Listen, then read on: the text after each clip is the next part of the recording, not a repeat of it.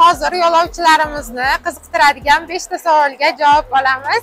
Sizni ham savollaringiz bo'lsa, bemalol kommentariyalarda yozib qoldirishingiz mumkin. Hozir avtobus reysimizda posадка jarayonlari tugab, Moskva yo'nalishi bo'yicha jo'nab ketishadi. Endi esa voditelimiz hozir ketib qolmasin, keling. Assalomu alaykum. Yaxshimisiz? Ushlab olsangiz bo'ladi. Va alaykum assalom. Necha yildan beri voditellik bilan shug'ullanasiz? Avtobusni boshqarib kelasiz?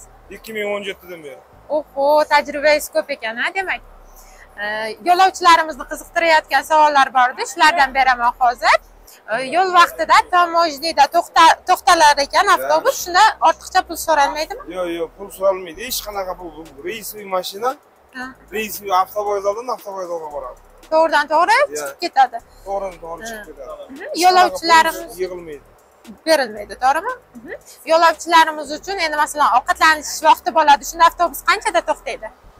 Qancha vaqtda to'xtaydi? Bunaqa vaqt yo'q. Qozog'istonda 3 stolovoy bor, Rossiyada 2 ta stolovoy. Tushunarli. Vaqtni aytolmaymiz endi. Yo'lda o to'shta vaqtni aytamiz. Ha, bo'ldi. Tushunarli.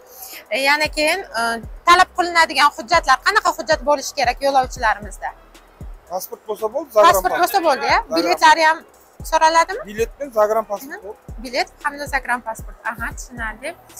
Necha kunda yetib oladi? Masalan, Moskvagacha. 2 sutka 3 soat, 5 soatda boradi. Aha, tushunarli. Ortiqcha problemalar bo'lmaydi, to'g'rimi? Problema hech qanday. Chunki ko'p yo'lovchilarimizdan eshityapmiz, ishonchli emas, ularda ketmanglar degan anavlar ham bo'ldi. Shuning uchun sizni o'zingizga murojaat qilyapmiz. Ana yo'lovchilar ko'rishingiz mumkin. Ortiqcha xarajatlarsiz to'g'ridan to'g'ri Moskvaga yetib olasiz. Kazanga necha kunda yetib boradi? Kazanga bir sutka, 2 sutka yetmay boradi. Aha, bo'ldi. Rahmat sizga, yaxshi yetib oling. Yaxshi kunlarda ko'rishaylik. Qadrli yurtdoshlar, bizni kuzatishda davom eting. Sizning ham savollaringiz bo'lsa, bemalol kommentariyalarda qoldirishingiz mumkin. Yana keyingi efirlarda ko'rishguncha xayr.